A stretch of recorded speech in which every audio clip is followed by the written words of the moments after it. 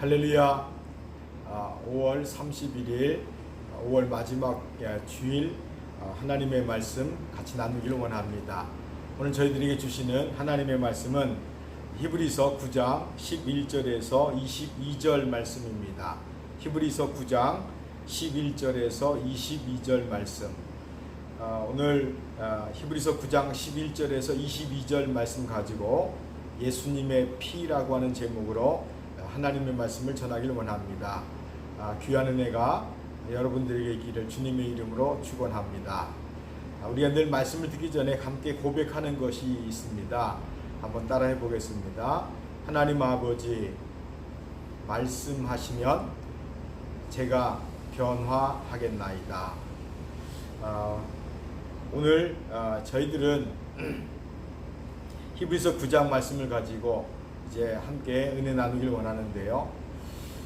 제가 오래전에 병의 원인은 무엇일까 이런 생각을 하게 되었습니다. 제가 의사도 아니고 의학적인 어떤 지식이 많은 것도 아니지만 왜 그런 생각을 했냐면 주변에 너무나 많은 분들이 병 때문에 힘들어하고 또 여러 가지 문제가 있고 그래서 대체 병이라고 하는 것, 또 병의 원인은 무엇일까 그런 생각을 해보게 되었습니다. 또 성경에도 보면 병 때문에 많은 분들이 힘들어하고 또 어려운 그래서 주님을 만나서 또 그 병으로부터 치료함을 받는 여러 가지 이야기들이 있습니다. 제가 생각하기에 대체 병은 어떤 이유에 의해서 어떤 원인에 의해서 병이라고 하는 것이 생길까? 서적이나 인터넷이나 여러 가지 또 이제 많은 분들을 만나면서 이런 것에 대해 질문해 봤을 때 어떤 분들은 병의 원인을 스트레스라고 말씀하시는 분도 참 많이 있습니다. 또 어떤 분들은 병마다 원인이 다 다르다. 그렇기 때문에 한마디로 뭐라고 말할 수 있는 것은 아니지 않느냐. 그렇게 말씀하시는 분도 있고요. 그러나 제가 알고 싶었던 그 대답은 그런 것이 아니라 모든 병에 공통적인 어떤 원인이 있을 것 아닌가라고 하는 생각을 이제 하고 있었던 차에 그 어떤 의사 선생님이 이렇게 이야기하는 것을 제가 듣게 되었습니다. 그분은 모든 병의 원인에 대해서 설명을 하고 있는데 그 모든 병의 원인을 피에 있다고 그렇게 말씀하시는 걸 들었습니다. 그 말을 듣고 제가 개인적으로 곰곰이 생각해 보면서 어쩌면 모든 병의 원인은 피에 있다라고 하는 것은 성경적 어떤 배경에서도 제가 맞아 그럴 수 있겠구나 라고 하는 생각을 갖게 되었습니다. 그 우리 몸 안에 있는 피에 대해서 제가 한번 찾아봤더니 그 피는 그 우리 몸에 있는 그 세포들에게 산소와 영양소를 공급해주는 역할을 하더라고요. 그리고 몸에서 발생했던 여러 가지 노폐물들을 이제 신장으로 가져가는 작용을 한다. 그렇게 제가 보았습니다. 물론 의학적인 여러 가지 이야기도 있겠지만 간단하게 말하면 그 피가 우리의 세포를 위해서 우리가 살아감에 있어 굉장히 중요한 것은 뭐 말할 것도 없고 그 다음에 그 심장에서 피가 1분에 한 3리터 정도 만들어져서 우리 몸 12만 킬로미터라고 얘기하더라고요. 서울에서 부산 왕복하는 거리가 한 1200km 정도 됩니다. 12만 킬로라고 하는 것은 서울에서 부산 왕복의 100번 정도를 말하는 겁니다. 그만큼 피가 우리 몸 안에서 열심히 다니면서 좋은 일을 한다고 하는 얘기겠지요. 그래서 심장에서 만들어낸 그 피가 산소와 영양소를 가지고 온몸에 두루다니면서 공급을 잘하면 건강한 것이고 공급하지 못하면 그게 이제 드디어 몸에 이상이 오는 것이고 또 병이 아닌가. 피가 미치지 못하는 것에는 심각한 문제가 발생하는 것은 우리가 알고 있기 때문에 제가 그 모든 병의 원인은 우리 의학적으로 피에 있다라고 하는 말을 생각하면서 이것이 정말 성경적인 배경하에 어쩌면 연결되었구나를 생각하게 되었습니다.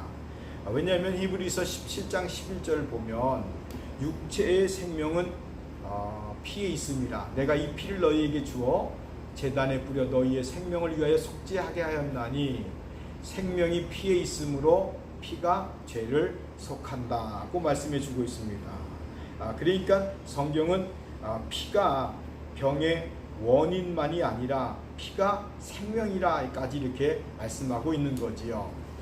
히브리서 9장 22절을 보면 율법을 따라 거의 모든 물건이 피로써 정결케 되나니 피 흘림이 없은즉 사함이 없다라고 말씀하고 있습니다. 피가 생명일 뿐만 아니라 피를 흘려야 용서가 있다라고 하는 말씀으로 이어지고 있다는 거지요. 그러니까 이것이 율법이 말하는 피에 대한 원리이고 약속입니다. 이제 우리가 이런 피나 생명이나 이런 것들에 대해 조금 더 구체적으로 알기 위해서는 율법이나 또 유대인들의 삶의 배경을 이해할 필요가 있지 않겠는가, 그런 생각이 들었어요. 유대인들은 두 가지를 철저하게 지키는 사람들입니다. 그 첫 번째가 모세를 통해서 준 율법입니다. 유대인들은 성전에 가서 율법이 정한 대로 제사를 드려야 하고, 제사를 드릴 때마다 제물을 가지고 가서 그 짐승의 피를 하나님께 드림으로 용서를 받는 의식을 행합니다. 그러므로 이제 유대인들에게 있어서 짐승의 피는 아마 그들의 삶과 아주 가까운 곳에서 늘 접하게 되는 것이 아닌가, 그것을 알 수 있다는 거지요. 또 한 가지, 이 피나 이 생명을 이해하기 위해서는 유대인들이 지키는 절기를 또 알아야 된다고 생각합니다.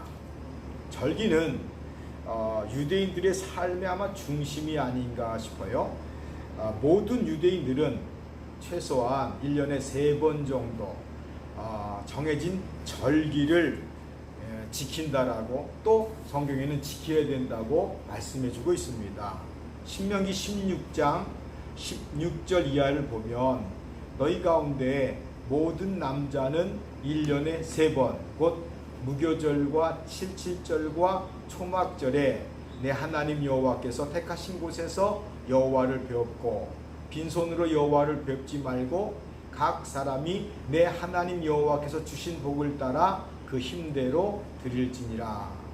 여기서 보면 유대인들의 모든 남자는 1년에 3번은 꼭 이 절기를 지켜야 된다라고 말씀해 주고 있습니다. 그 첫 번째가 무교절인데, 무교절을 다른 말로 하면 유월절, 패스오버로 이해하면 됩니다. 출애굽기 12장에 나오는 사건이지요. 모세에 의해서 어린 양의 피를 문설주에 바르고, 그리고 그 피를 볼 때에 하나님의 천사가 넘어갔다라고 하는 의미로서 패스오버라는 뜻이지요. 유월절이지요. 그러니까 하나님께서 그들에게 말씀하시기를 유월절은 꼭 지키라. 그래서 이제 그들은 유월절을 지키고 있는 거지요. 그 다음에 칠칠절과 초막절이라고 하는데, 이 초막절이라고 하는 것, 이것은 광야에서의 그들의 삶에 관한 이야기입니다. 그런데 제가 이걸 이렇게 한번 생각해 봤습니다. 그들은 이 3가지 절기를 꼭 지켜야 되겠지만 이 3가지 절기 중에 피치 못할 사정이 있어서 한 가지만 지켜야 된다라고 이야기했을 때 유대인들은 유월절, 칠칠절, 초막절 이 셋 중에 어떤 절기를 지킬까? 그들은요 초막절을 절기라고 생각하고 초막절을 지키게 됩니다. 물론 3번 다 드려야 되겠지만 어쩔 수 없는 상황에서는 이 초막절을 지킨다는 거죠. 이 초막절은 오늘날 우리가 이해하기 쉽게 말하면 추수감사절 같은 날입니다. 그런데 이 초막절에 대해서 성경이 뭐라고 말하고 있냐면 아주 재미있는 말씀이, 흥미로운 말씀이 거기 기록되어 있어요.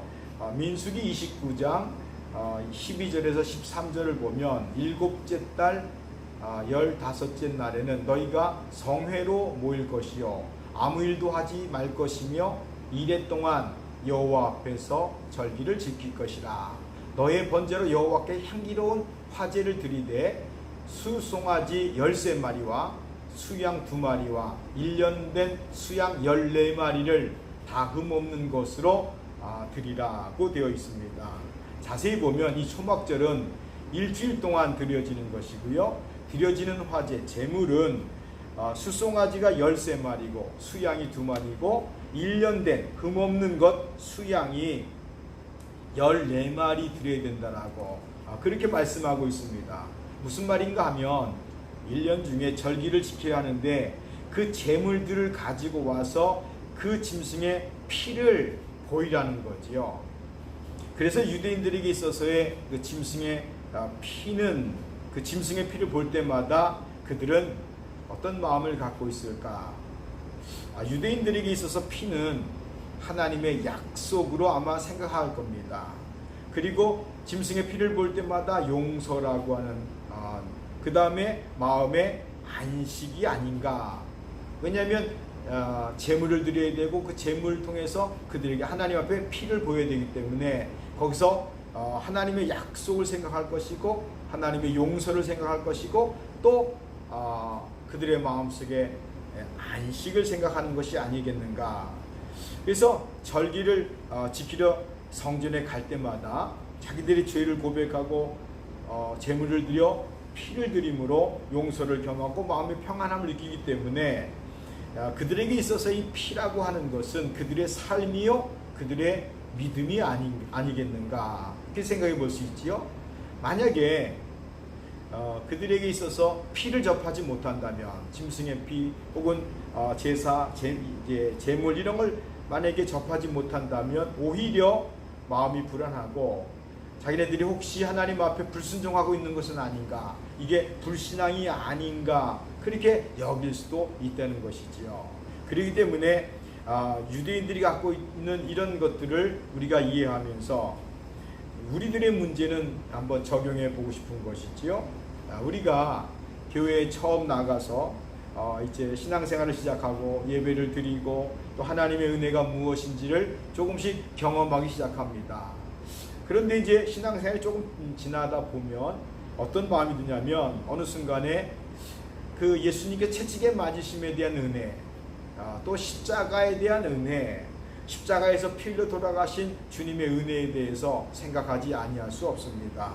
예수님께서 가시 면류관을 쓰시면서 흘리신 피에 대한 것들, 골고다 언덕까지 가시면서 채찍에 맞으시면서 흘리신 피에 대한 것, 십자가 위에서 우리의 모든 죄악을 위해서 피 흘리신 것에 대해서 드디어 이제 생각하게 되고 또 그 십자가를 생각할 때마다 죄송한 마음이 들지요. 그래서 회개가 나오고 또 가슴이 벅차서 찬양할 수밖에 없는 이제 그런 단계로 우리가 지나가고 있지 않는가. 그래서 그 이후로 예수의 피 혹은 예수의 보혈이라고 하는 것은 우리들의 믿음에 있어서 평안입니다. 용서지요. 그리고 그 예수 그리스도의 피에 대한 이야기를 혹은 생각할 때마다 너무나 감사한 거지요. 그렇다면 예수님의 피는 우리들에게 어떤 의미일까? 예수님의 피는요, 우리를 향하신 하나님의 새로운 약속입니다. 오늘 제가 이 말씀을 좀 드리고 싶은 건데요. 예수님의 피를 생각할 때 예수님의 피는 우리에게 주신 하나님의 새로운 약속이라고 하는 것이죠. 그럼 하나님께서 우리에게 주신 새로운 약속을 구체적으로 어떤 것들일까? 첫 번째요, 예수님의 피를 통해서 하나님을 만날 수 있다는 겁니다. 히브리서 10장 19절에 20절까지 그러므로 형제들아 우리가 예수의 피를 힘입어 성소에 들어갈 담력을 얻었나니 그 길은 우리를 위하여 휘장 가운데대로 열어놓으신 새로운 살 길이요 휘장은 곧 그의 육체라고 말씀해 주고 있습니다. 그러니까 예수님의 피를 힘입어 성소에 들어갈 담력을 얻었다라고 하는 말은 무슨 말이냐면, 예수님의 피는 우리가 하나님을 만날 수 있는 약속이란 뜻입니다. 그래서 우리가 예수의 피를 힘입어서 하나님을 만나는 겁니다. 하나님을 만나야만 살 수 있는 것이거든요. 그래서 예수의 피를 힘입어서 하나님을 만나고 하나님을 만나야 살 수 있는 새로운 살 길이 열렸다고 성경은 히브리서 10장 19절 20절에 말씀해 주고 있지요. 그러니까 새로운 살려주시는 길이 열렸다. 하나님을 만나는 길이지요. 그러니까 새로운 길이 열렸다라고 하는 것이 바로 예수님의 피를 통해서 주시는 첫 번째 약속입니다. 하나님을 만나야 될 줄로 믿습니다. 그 다음에 두 번째가 예수님의 그 피를 통해서 우리 안에 하나님의 생명을 주시겠다는 거예요. 이게 약속입니다. 요한복음 6장 53절에서 57절까지 말씀을 보면 주께서 친히 이렇게 말씀하셨어요. 예수께서 이르시되 내가 진실로 진실로 너희에게 이르노니 인자의 살을 먹지 아니하고 인자의 피를 마시지 아니하면 너희 속에 생명이 없느니라. 내 살을 먹고 내 피를 마시는 자는 영생을 가졌고 마지막 날에 내가 그를 다시 살리리니 내 살은 참된 양식이요 내 피는 참된 음료로다. 내 살을 먹고 내 피를 마시는 자는 내 안에 거하고 나도 그의 안에 거하나니 살아계신 아버지께서 나를 보내심에 내가 아버지로 말미암아 사는 것 같이 나를 먹는 그 사람도 나로 말미암아 살리라고 말씀하고 있습니다. 그러니까 예수님의 피가 우리 안에 있어야 우리 안에 하나님의 생명, 주님의 생명이 있다고 말씀해 주는 겁니다. 하나님의 생명이 우리 안에 들어오는 것이죠. 그래서 우리 안에 예수의 생명이 있어야 살아있는 자가 되는 거예요. 영생을 가진 자가 되는 거죠. 예수의 생명이 없으면, 하나님의 생명이 우리 안에 없으면 살아있는 자 같으나 살아있는 자가 아닙니다. 세상에서 살아가는 저분들 살아있는 것 같지만 사실은 생명이 없는 분들이에요. 예수의 피를 가진 자만이 하나님의 생명이 있는 줄로 믿습니다. 세 번째, 예수의 피 안에는 치유와 속죄의 약속이 있습니다. 병을 고쳐주시고 죄를 용서해 주시는 하나님의 약속이 바로 예수의 피 안에 있다는 거예요. 이사야서 53장 5절을 보면 그가 찔림은 우리의 허물 때문이요 그가 상함은 우리의 죄악 때문이라. 그가 징계를 받음으로 우리는 평화를 누리고 그가 채찍에 맞음으로 우리는 나음을 받았다. 이렇게 말씀하고 있지요. 그러니까 예수께서 채찍에 맞으심으로 너희가 그 모든 질병에서 나았다라고 성경은 증거하고 있습니다. 말씀해 주고 있습니다. 신약에 와서 그 예수님의 제자 가운데 실수도 많았고 성격도 급했고 그러나 하나님 주님의 은혜 때문에 십자가에서 거꾸로 매달려 죽었던 순교했던 베드로가 어떻게 고백하고 있냐면 베드로전서 1장 18절 19절에 너희가 알거니와 너희 조상이 물려준 헛된 행실에서 대속함을 받은 것은 은이나 금같이 없어질 것으로 된 것이 아니요 오직 흠 없고 점 없는 어린 양 같은 그리스도의 보배로운 피로 된 것이라고 고백하고 있습니다. 베드로의 고백이지요. 그뿐만 아니라 베드로전서 2장 24절에는 이렇게 고백합니다. 친히 나무에 달려 그 몸으로 우리 죄를 담당하셨으니 이는 우리로 죄에 대하여 죽고 의에 대하여 살게 하려 하심이라. 그가 채찍에 맞음으로 너희는 나음을 얻었다고 말씀해 주고 있어요. 그러니까 정확하게 이사야서 53장에서 베드로전서 1장에서 베드로전서 2장에서 저가 채찍에 맞음으로 너희가 나았다. 그 피로 예수님의 피로 말미암아 그리고 오늘 히브리서 9장 본문 말씀에 뭐라고 말씀하고 있냐면요, 히브리서 9장 12절에 염소와 송아지의 피로 아니하고 오직 자기의 피로, 예수님의 피로 영원한 속죄를 이루사 단번에 성소에 들어가게 하셨다라고 말씀해 주고 있지요. 그러니까 예수님께서 십자가에 달려 죽으심은 우리의 죄를 용서하기 위함이고, 주께서 채찍에 맞으신 것은 우리의 질병을 치료하시기 위함이라고 말씀하고 있다는 거지요. 우리 삶 가운데 예수님의 피, 예수님의 보혈로 인한 치유와 계속의 은혜가 우리 삶 가운데 늘 있기를 주님의 이름으로 축원합니다.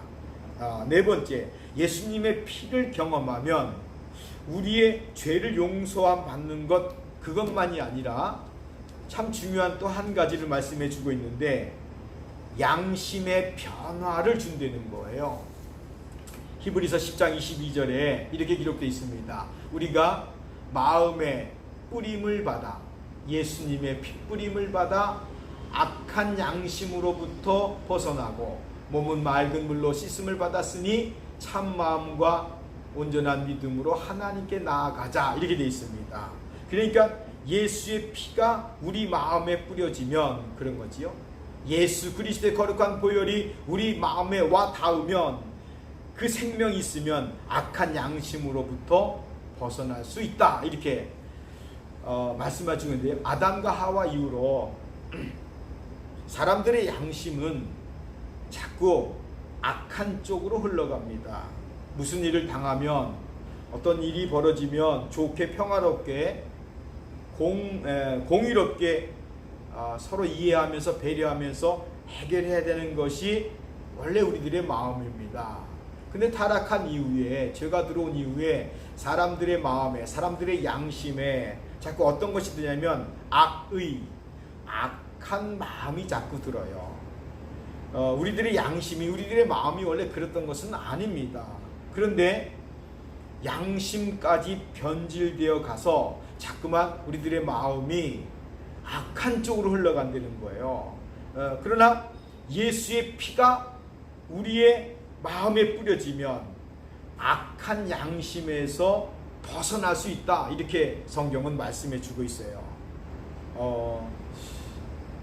찬송 가운데 정직한 영을 새롭게 하소서, 이런 찬양이 있어요. 정직한데 왜 새롭게 할 수 있는, 이 그런 의미입니다. 우리의 마음이 점차 악해져 가고 있다는 거예요. 근데 여기서 새롭게 될 수 있는 것은 뭔가?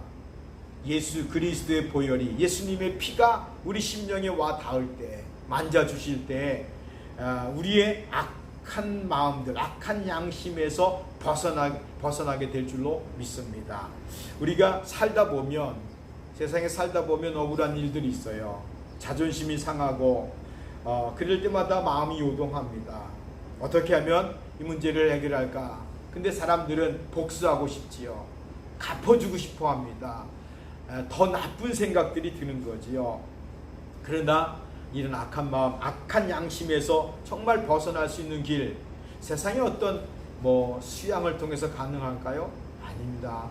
바로 예수님의 보혈, 그 거룩한 보혈이 우리 심령에 뿌려져야 될 줄로 믿습니다. 마지막으로 한 가지 더 말씀드리면, 예수님의 피는 마귀를 이기는 능력입니다. 약속이에요. 신약 성경에 딱 들어와서 구약 때 없었던 것은 뭐냐면, 예수님께서 귀신들을 쫓아내는 그 일들이 시작되셨어요. 그래서 마귀나 악한 영들 혹은 귀신들은 우리 눈에 보이지 않습니다. 보이지 않기 때문에 늘 영적 원수가 우리를 너무나 많이 속이고 우리는 속고 사는 인생이 되었어요. 때로는 사람과 사람 사이에 이간시키고, 기회가 되면 하나님을 오해하게 만들어서 시험에 들게 만듭니다.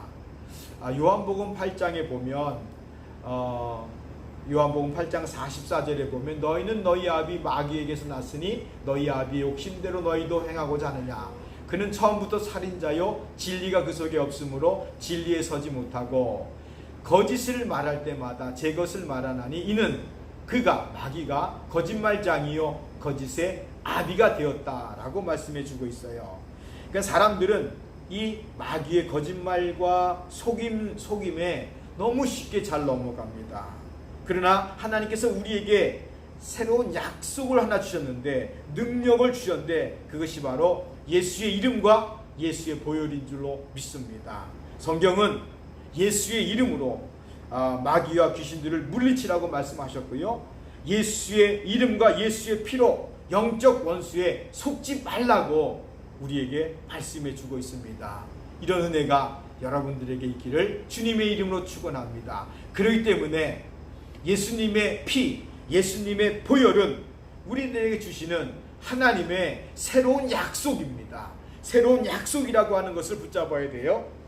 그래서 하나님을 만나고 또 예수 그리스도의 이름으로 우리가 영적으로 승리하고, 이 모든 것들이 여러분 삶 가운데 있어서 오늘 하루도, 아니 이번 주에도 예수 그리스도 안에서 예수 그리스도 이름과 예수 그리스도의 피를 붙잡고 한 주간 세상에 속지 마시고, 악한 자에게 속지 마시고, 악한 영들에게 속지 마시고, 예수의 이름으로 승리해서 하나님 앞에 영광 돌리는 여러분 되시기를 주님의 이름으로 축원합니다.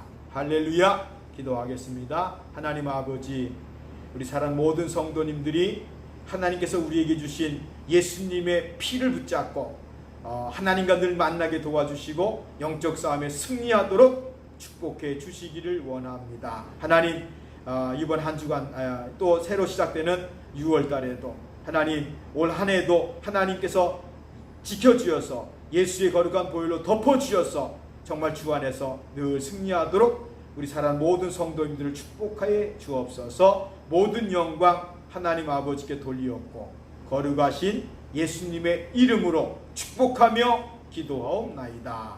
아멘.